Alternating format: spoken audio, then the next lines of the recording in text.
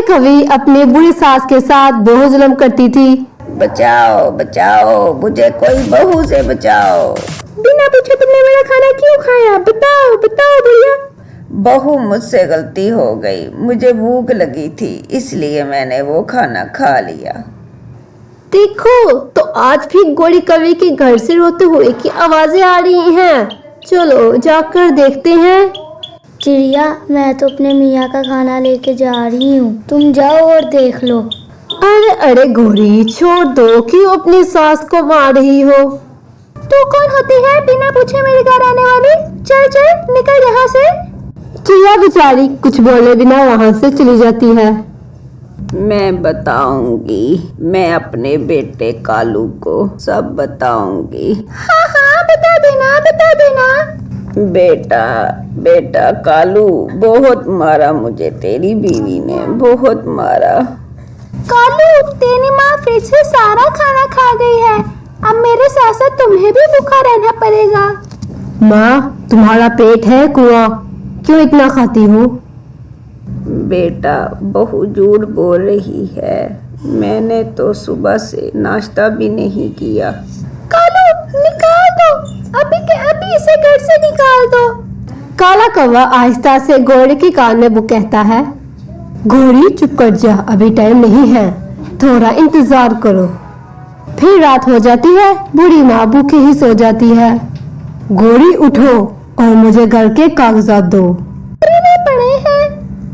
और फिर कौवा चोरी से उठता है और फिर अलमारी से घर के कागजात निकाल लेता है। बूढ़ी माँ सोई हुई थी। काला कौवा अपनी माँ का पंख पकड़कर घर के कागजात पर लगवा लेता है। हो गया काम। दोनों घोड़ी और कालू एक दूसरे की तरफ देखकर हंसने लगते हैं। कालू जी, कहीं और पंख लगवाना है तो अभी लगवा ले, अभी तो बूढ़ी सास सो रही है।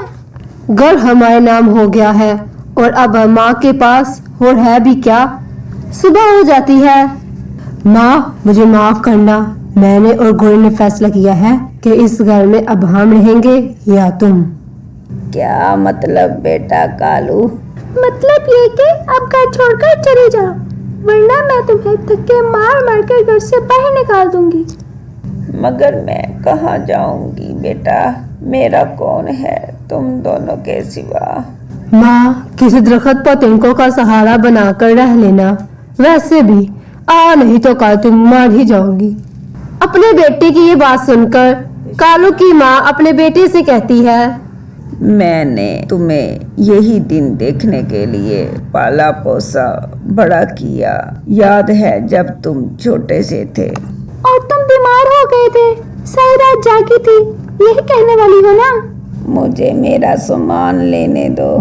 फिर बूढ़ी घर से एक पोटली निकालती है। कालू, इस पोटली में क्या है? मेरे कपड़े हैं और कुछ कालू के पापा की पुरानी चीजें। जो लेना है लो और जाओ यहाँ से, अब हमारी जान छोड़ो। और बूढ़ी माँ अपनी चीजें लेकर चली जाती है और फिर बूढ़ी माँ एक दरख्त के नीचे जाकर बैठ जाती है। कबूतर कबूतर बेटा, मुझे अपने साथ अपने घर ले जाओ, मेरे बेटे ने मुझे अपने घर से निकाल दिया है। फिर कबूतर कालू की माँ को अपने साथ ले जाता है। कबूतर जी, एक रात तो गुजर जाएगी, मगर इसे सुबह कहीं और छोड़ाना। फिक्र ना करो बेटी, मैं सुबह चली जाऊंगी।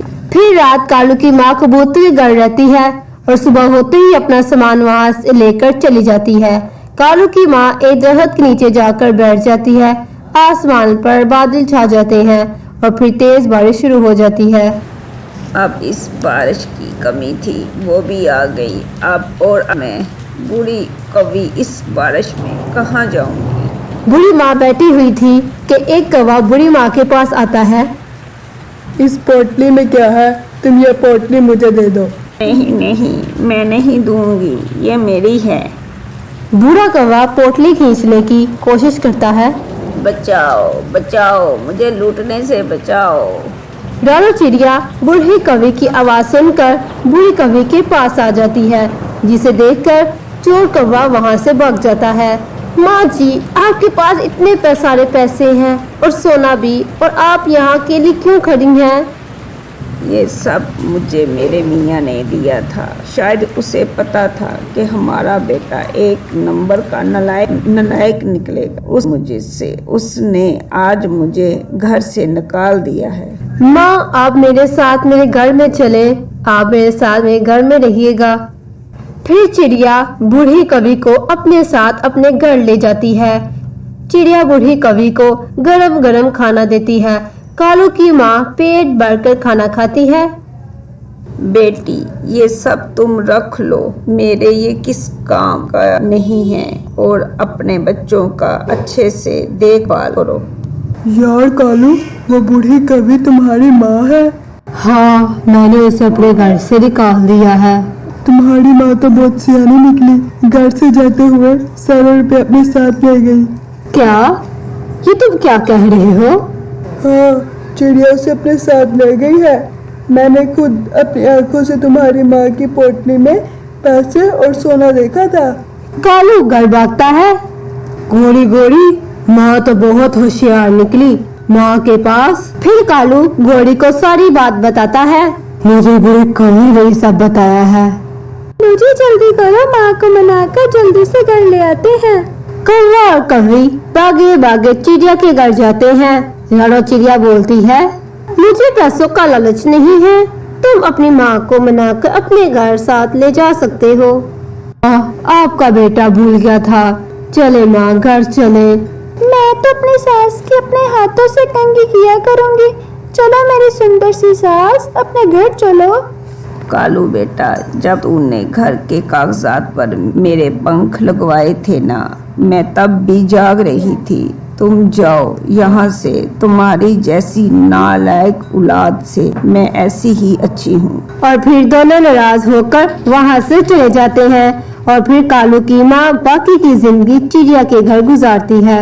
इस कहानी में हमें सबक मिलता है, प्यारे बच्चों, हमें अपने वालिदैन की खिदमत करनी चाहिए और आखिरी टाइम तक उनका सहारा बने।